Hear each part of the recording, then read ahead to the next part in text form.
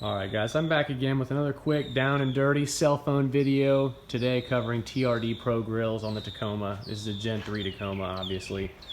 Right here you have the OEM Pro grill with the OEM garnish, obviously a relatively pricey setup. To compare right here, I have a faux Aftermarket Pro grill.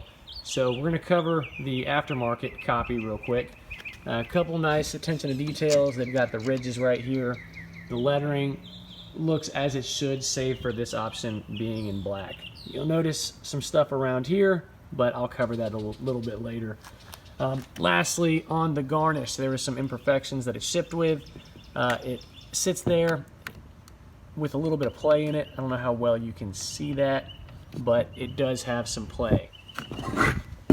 Going over to the back side, this is where you would house the actual sensor, and where you screw the sensor for adjustment, you're just screwing into plastic right here. So it does work, but it doesn't work great. Another difference is that the letters here for this one are actually screwed on. As I placed these, they kept breaking off. I wasn't over torquing them. I was getting them set as they should. Maybe it was a bad batch of plastic. I do not know, but they broke off. So since I'd already had my grill disassembled and I didn't want to be driving around with a gaping hole in the front of my vehicle, I did the kind of redneck fix on it, and and did some JB weld.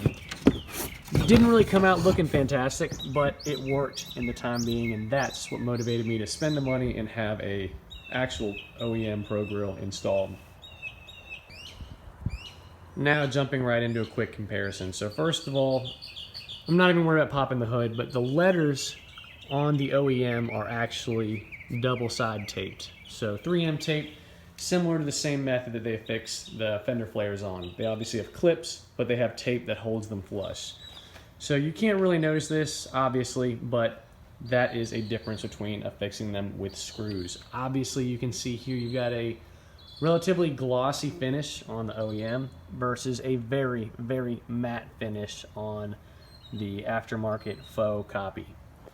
When I had the Aftermarket installed, all the clips were properly put into place, but right here it just didn't sit even. There was this gap where you could see into the actual assembly there, which you don't have with the OEM.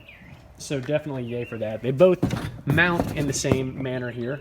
So after you were to remove this whole assembly here, you essentially pop it out, take off a bunch of clips, you remove your harness and the sensor itself, and then you get all that put back together, kind of push it in place, drop this guy back in, which affixes with some easy little push pins, and then you're good to go. Anyhow, as I said, this was going to be a real quick video, but the things I didn't like, obviously not a fan of letters falling off on the grill. Two, the amount of play that's in this sensor garnish right here, not a fan of that. The kind of defect there, not a big fan of that. The matte color looked fine. Now that I have the OEM, I am definitely much more satisfied with that. Fitment on the Aftermarket versus the OEM, definitely hands down better on the OEM Toyota one.